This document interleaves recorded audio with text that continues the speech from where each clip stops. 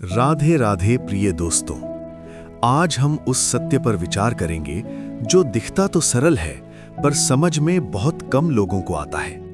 ये सत्य है दृष्टि और दृष्टिकोण का। इस संसार में हर व्यक्ति की आंखें लगभग एक जैसी हैं, पर हर व्यक्ति की दृष्टि एक जैसी नहीं होती और इसी दृष्टि से जन्म लेता है उसका दृष्टिकोण, जो तय करता है कि उसका जीवन स्वर्ग बनेगा या संघर्षों का वन।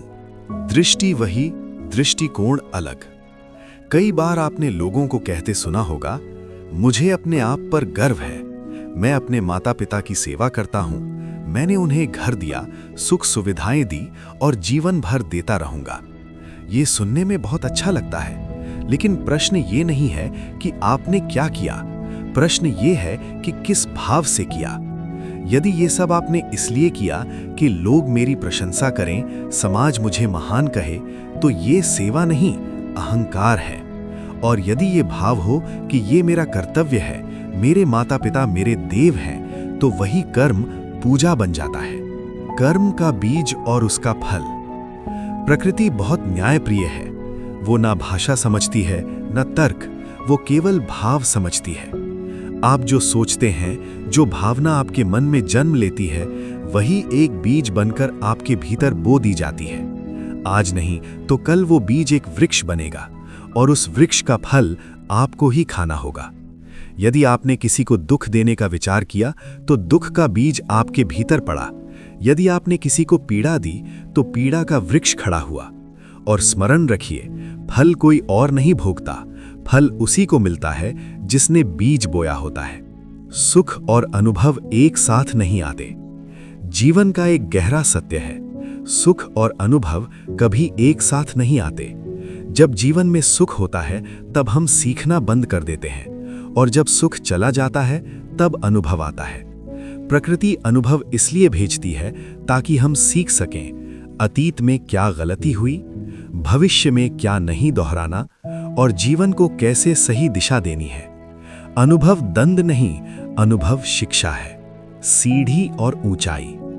हर व्यक्ति ऊंचाई पर पहुंचना चाहता है, पर बहुत कम लोग सीढ़ी चढ़ने को तैयार होते हैं। लोग कहते हैं कि काश मुझे भी मौका मिलता, पर मौका तभी मिलता है जब आप परिश्रम करते हैं। सीढ़ी पर चढ़ते समय घुटनों में दर्द होगा, पैर थकेंगे, शरीर हारेगा, लेकिन बिना पीड़ा के कोई शिखर नहीं मिलता।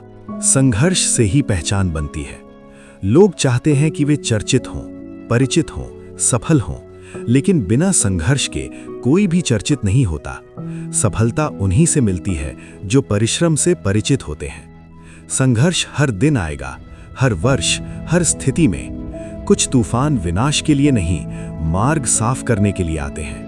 लोग क्या कहेंगे का डर सबसे बड़ा बंधन है। लेकिन मैं आपसे पूछता हूं, जब आप संकट में होते हैं तब ये लोग कहां होते हैं? जब आप गिरते हैं तब कौन हाथ बढ़ाता है? आप स्वयं।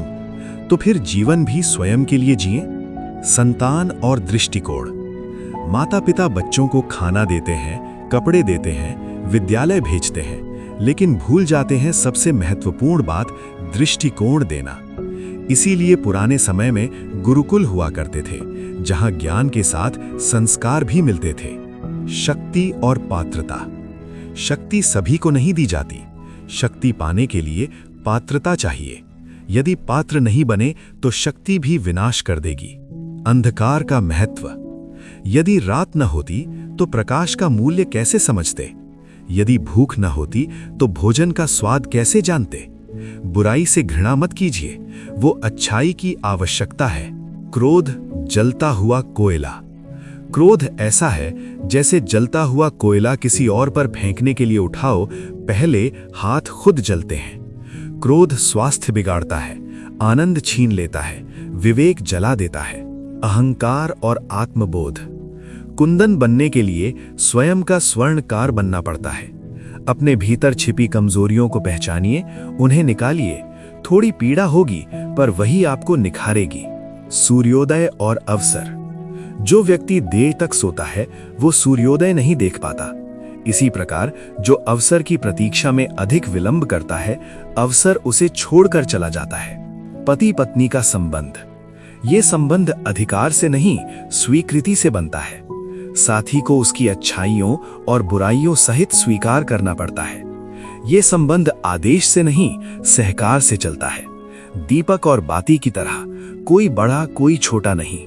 भाग्य, समय और कर्म। कुछ कहते हैं भाग्य सब कुछ है, कुछ कहते हैं कर्म सब कुछ है।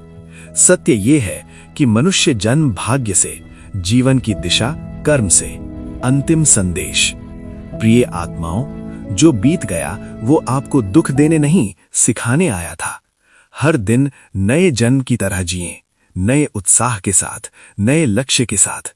पुराने बोझ छोड़ दीजिए, तभी आप सूर्य की तरह इस संसार को प्रकाश दे पाएंगे। राधे राधे।